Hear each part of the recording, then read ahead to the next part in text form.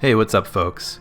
Final Fantasy XIV patch 6.3 has been out for a little while now. The patch brings a ton of new updates and quality of life improvements. In this video, I'm going to explore 6 updates which I think are cool. Some of them you may already know about and others you may not. For a full list of changes, check the video description for a link to the official list. And with that, let's get right into it. If you've logged into the game since 6.3 launched, you might have noticed that the battle damage types are now shown in the combat log and on screen. These are indicated by icons that represent physical, magical, or unique damage. These are great to know for any defensive capabilities that might mitigate damage of one type or another. Note that if for whatever reason you don't see the text on the screen and you want to, you can turn on flying text in the character configuration settings. This setting isn't new, but needs to be turned on for this to take effect. The second change is again combat related. New in patch 6.3 is that any enhancements or enfeeblements that are applied to a party member now include a countdown timer underneath, representing the time left before the effect expires.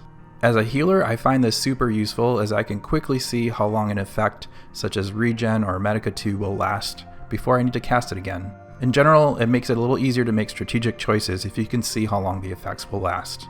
This can be toggled on or off in character configuration settings as well. The third change I want to talk about may not be obvious. Your character can now swim in Bronze Lake, which is in Upper Noscea. This gives you another way that you can get between the shores, especially in the early levels of the game before you've unlocked flying mounts. If you've unlocked the diving ability from Stormblood, you'll be able to do so in this lake as well, which opens up a handful of new spearfishing spots. This itself isn't a huge change, but it's kind of interesting and easy to overlook. Fourth, there's a new Leap of Faith stage you can play at the Gold Saucer. I know there are a lot of players that are really into FF14's jumping puzzles, so I think it's great that they added a new one. This one's really vivid and colorful, and it's always cool to get some new variety. As of the making of this video, this level becomes available every hour Earth time, and you can talk with the Gold Saucer attendant in the entrance square to confirm the exact start time. Alright, this next update is my favorite. I prefer to use the legacy camera in Final Fantasy XIV as opposed to the standard camera, but the thing that's always bothered me about the legacy camera is how the camera will tilt left and right automatically as you move, instead of locking into a relative position from your character. It's a small detail, but never really been quite what I prefer. There's a new option now, again in character configuration, that will let you disable camera pivot on the legacy camera. Doing this keeps the camera at the same angle at all times unless you manually move it. It seems like a small thing, but in my opinion it makes the control of the game all that much better, and keeps it in line with a lot of modern games these days. Alright, and the final change that I want to talk about are the retainer menu updates. If you're sending your retainers in ventures, or just playing dress up with glamours, there are now new options right in the retainer menu that allow you to dye or cast glamours on any equipment they have. In addition, when you're transferring items between yourself and your retainer, there will be a new context menu option on any equipment that allows you to try it on your retainer.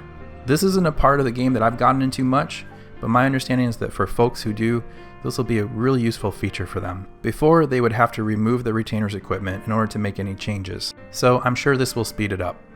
However, my new favorite option for retainers is the ability to entrust duplicate items in one button click. When transferring items to and from your retainer, you'll notice a new button at the bottom, Entrust Duplicates. This item will automatically move items from your inventory that the retainer already holds and can be stacked. This is awesome for quickly moving items around. I can imagine that for crafters in particular who need to keep a store of many materials, will be able to keep them organized and avoid using extra inventory slots unnecessarily. Those are the patch 6.3 updates I wanted to talk about. Hopefully the video helped you discover something new from the 6.3 update. Thanks for watching everyone, take care.